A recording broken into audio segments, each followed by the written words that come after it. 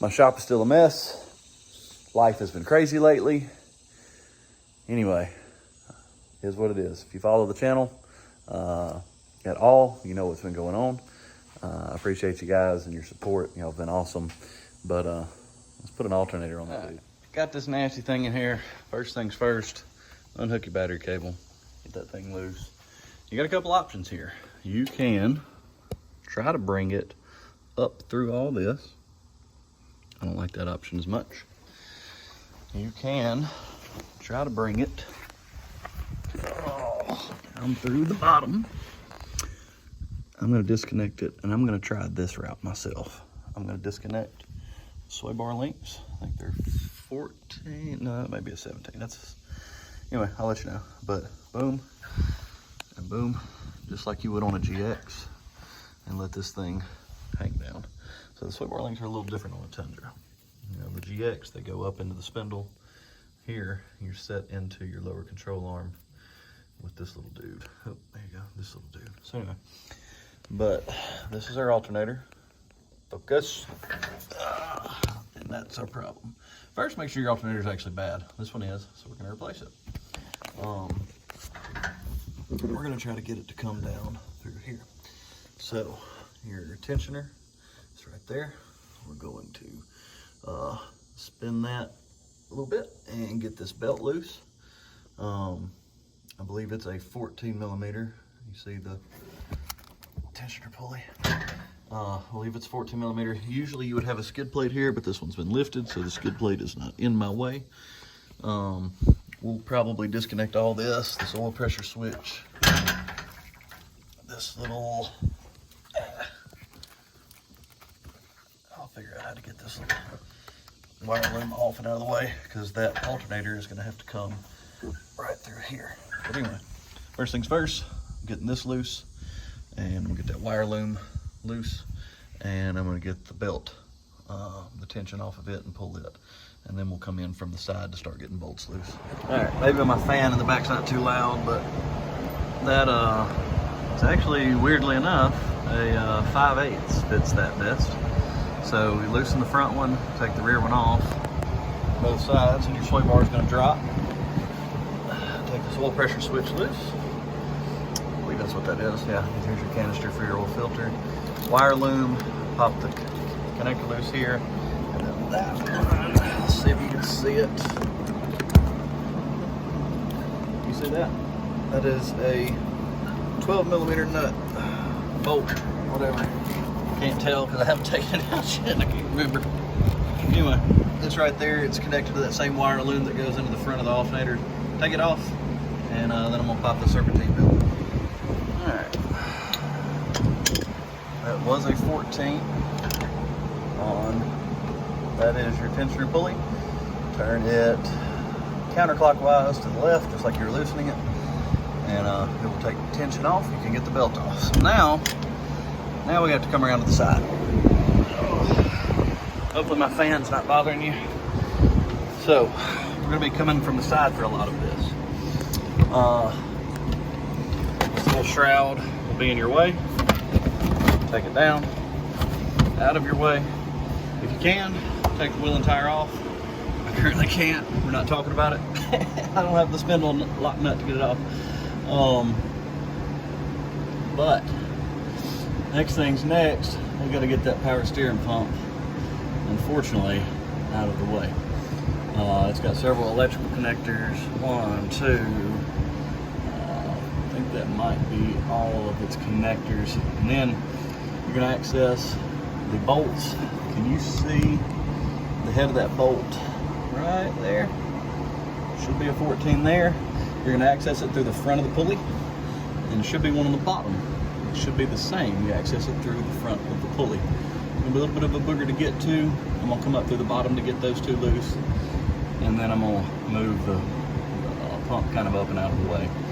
It does have a bracket that it sits in, so you kind of got to pry it out of there. So let me get that on. Right, once you got those two bolts, then your pump will be free. Take a pry bar, kind of pry on both sides of it. You can just kind of see the bracket that it sits within. So I'm gonna get it free, and then I'm gonna kind of tie it up and out of the way. It's not gonna be able to move a bunch, but it will be out of the way at least and out of that bracket to give us access to the alternator brackets. So pry that out and I'll show you what we're looking at. All right, so our steering pump is out of that bracket. At the end of this, you kind of get it back in there easily, kind of tap that little bracket backwards. But now you can see which 2 bolts it was. Let's see if I can get you up in there. 1 and 2. So it's not really a top and bottom, it's a top and right side toward the driver's side, really. So that gives you access to that bolt, or that nut, that bolt, both 14 millimeter, and then this is your plug. Reach in, unplug it, take this cap off. You can see that. My plug. Take that cap loose, and it's a 10 millimeter. That's your hot wire. That's your plug. I know you can't see a lot. I'm sorry. And then at the bottom there, you'll see the other 14 millimeter, which you will access from the very bottom. And I'm gonna get it last because the alternator is gonna come out the bottom for me. I hope that is the plan anyway. So 14, 14, plug, hot wire, 14. And surely to goodness we can come out the bottom now. Coming from the bottom side, this bolt comes out, and I don't remember ever needing a 4th bolt, but that one's got to come off too. So 1, 2, both 14 millimeter, and then we should be able to wiggle it out through the bottom here. Move these wires and just kind of wires and this radiator hose, and get the belt here out of the way. Get out of there. Oh, what you doing? Anyway, and then should be able to wiggle it down through here. I'll let you know if I run into anything there, but that's the last bolt right there. And it's also 14 millimeter. And then this alternator should come out. All right, so yeah, that was it. All right, got that one out. Right, it's hard to see. Right there, there's a little dowel that part will slip over, and then on top you're wiggling it back on. That bolt and stud stays there, so that's what you're going to slip the new alternator onto, and then you put that 14 millimeter nut back on. Then you can put the other 3 bolts back in. From there we're going to reverse it. We're going to put that 10 millimeter hot wire back on it. We're going to plug in the power, that sensor right there. I can't even remember what you call it. And we'll move this power steering pump back into place and tighten its 2 bolts up. So I'll show you what it looks like from there. But the 2 bottom ones you can see from here, 1 and 2.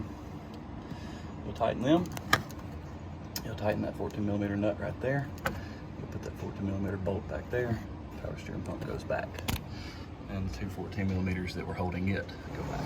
All right, you've got those 2 bolts in the bottom, put back. Next thing you gotta do is get that power steering pump back in that bracket right there. So, I don't know that I can do this where you can see it, but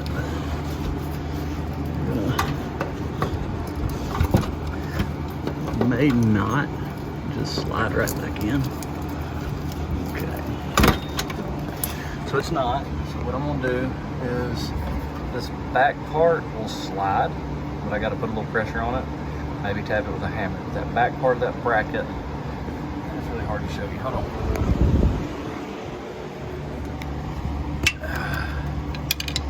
This part, this bracket, is what, this is the front part, here's the back, and that's where the power steering pump has to go back in. So I'm gonna put some pressure and tap on this. Try to get a little hammer in there, or create some leverage somehow. Anyway, the bracket of this pump here is going to slip back between here and here. You're going to run those 2 bolts back in, plug your sensors back into the power steering pump here and here, and put your belt back on. Put your battery back to better connections back on, and crank it and then we're gonna test and see what we got. So let's see if I can get that bracket to fit. All right, now once you've got everything buttoned back up, remember when you put the pump back in, you put those 2 bolts in through that front pulley, you plug your sensors on the pump back in so you get the correct pressures. You're gonna plug everything back in. Put your wires back the way they're supposed to go. And you should be ready to put your belt back on. It is a tight one, so same thing. You're gonna go counterclockwise on that tensioner pulley. Slip your belt back on. I'll try to put a diagram right here.